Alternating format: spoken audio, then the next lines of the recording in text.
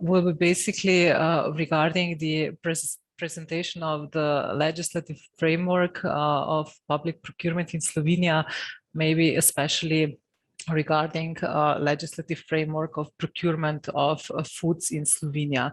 Of course, our National Public Procurement Act, which came into force in 2016, is aligned with the European directives. It has transposed two European public procurement directives into Slovenian legal order.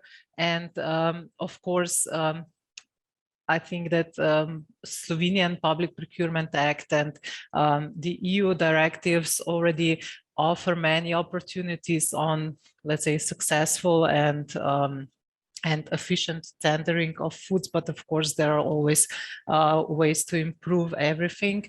In accordance with EU legislation, contracting authorities, of course, must in any case respect the free movement of goods obligations. That means that we cannot just strictly say which are the goods that we want to purchase or from which, let's say, countries, or we have to respect the internal market of the European Union and the internal market as such. But member states are actually have the possibility to govern public procurement rules in their own states, in their own way, up to the EU thresholds that the European directives state. In Slovenia, the thresholds for conducting public procurement procedures is lower than these thresholds, these EU thresholds for purchasing of goods, such as also foods. The threshold for using and applying the Public Procurement Act is 40,000 euros. That's always without VAT. But in Slovenia, the Public Procurement Act has been amended this year, and this amended act will come into force on 1st of January 2022.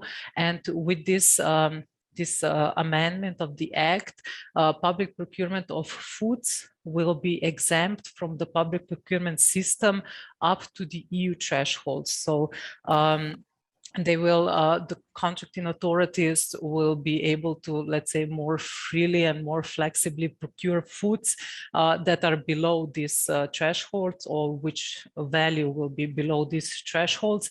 But in any case, also in this procurement or procedures, they will have to apply with the decree on green public procurement, which we will see in continuation, that have specific goals that contracting authorities have to follow also when talking about public procurement of foods. In Slovenia, as it has been already mentioned, we have actually in our Public Procurement Act also additional obligations when public procurement of foods is respected, and that is also in regards to the award criteria, because in accordance with the Public Procurement Act in Slovenia, the procurement of foods cannot be awarded solely on the price criteria, but also other, let's say, quality measures or quality award criteria have to be included in this equation, which I can say should enable and support procurement of even higher quality of these foods.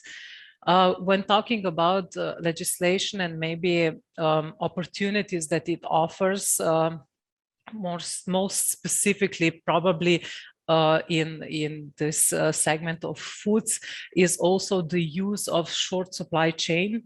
That is admissible, or that is already stated in the EU directives, and of course it is transposed also in our National Public Procurement Act. And this short supply chain principle basically says that when a contracting authority is procuring let's say foods public procurement procedure, some lots of these, some parts, let's say, of this public procurement procedure can be exempt from the procedure itself and can be awarded directly to maybe different farmers or different other suppliers that are nearer or in the neighborhood of the contracting authorities. But there are, of course, also different certain limitations to this use of short supply chain principle. They are that the value of an individual lot cannot exceed 80,000 euros, and the value of all excluded lots cannot exceed 20% of the value of the whole procurement procedure. So also in line with this short supply chain principle, different, maybe also more local and healthier foods can be procured in a procurement procedure. In Slovenia, in order to even increase green public procurement, we have adapted a decree on green public procurement already in 2011. And for example, the subject matter of foods and catering services has always been one of the subject matters that was included in this decree on green public procurement, which is now in force for over 10 years or for almost 10 years. It has been amended through this time, but still its main purpose is actually the reduction of negative impact on the environment with public procurement of environmentally less burdensome goods, services, or foods or works also. And as was already mentioned, it is also a way to promote development of environmental innovation and a circular economy, but also as to give an example of this more sustainable procurement to the private sector from the public sector, which uses also, of course, public money.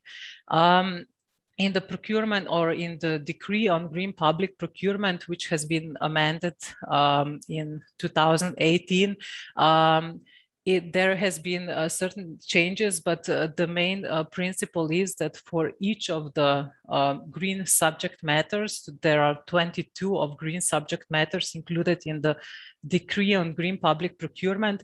A goal is set, or maybe even more goals are set, which contracting authorities have to oblige with when procuring these green subject matters.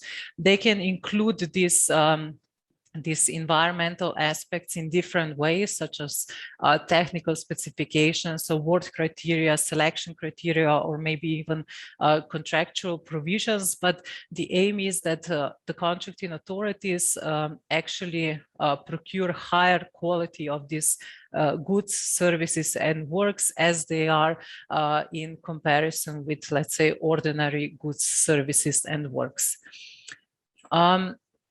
When talking about green public procurement of foods and regarding the goals that contracting authorities have to set in tender documentation or in procurement procedures, the goals for procurement of foods, there are two goals, and that is that in every procurement procedure of foods, a contracting authority must ensure that he procures at least 15% of organic foods according to the total estimated quantity of foods, and at least 20% of foods from other quality schemes, also according to the total estimated quantity of foods that he is procuring, and that is always measured in kilograms. So they are obliged to conduct a procurement procedure with these goals in mind, and of course also award a contract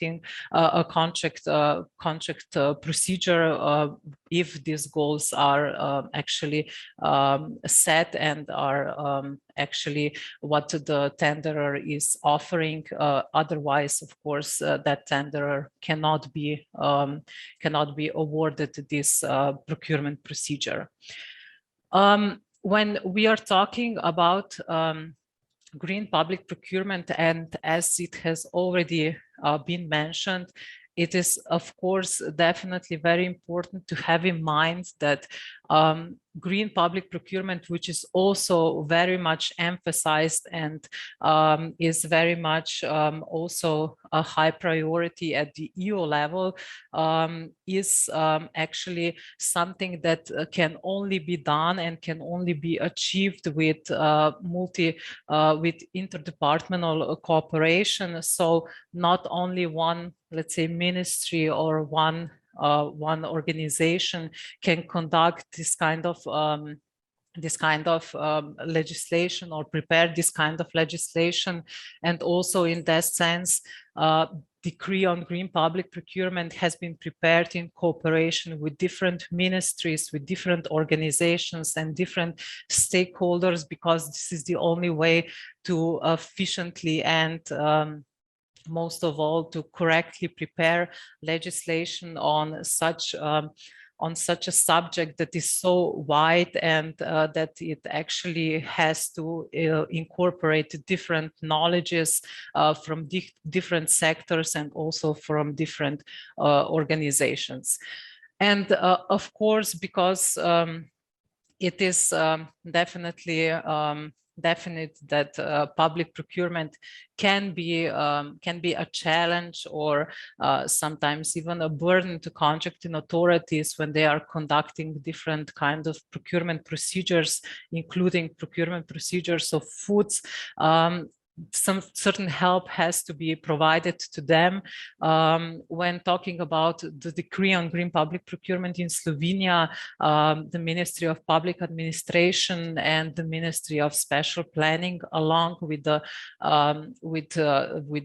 help and cooperation with other line ministries, has prepared recommendations for contracting authorities on how to best prepare procurement procedures and tendering documentations for each of the 22 subject matters that are included in the decree, also for the food sector.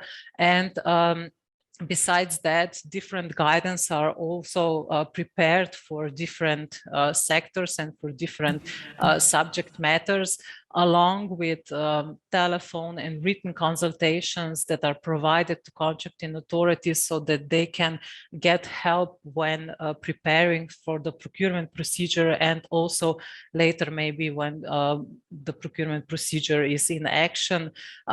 Also different educational programs are also organized, everything in order to ensure contracting authorities to have help in how to procure foods and how to better procure, let's say, also healthier and more quality foods. That will be all from my side. I try to be short and brief because I know we don't have a lot of time. I hope this was useful, and of course I'm available for a debate later. Thank you.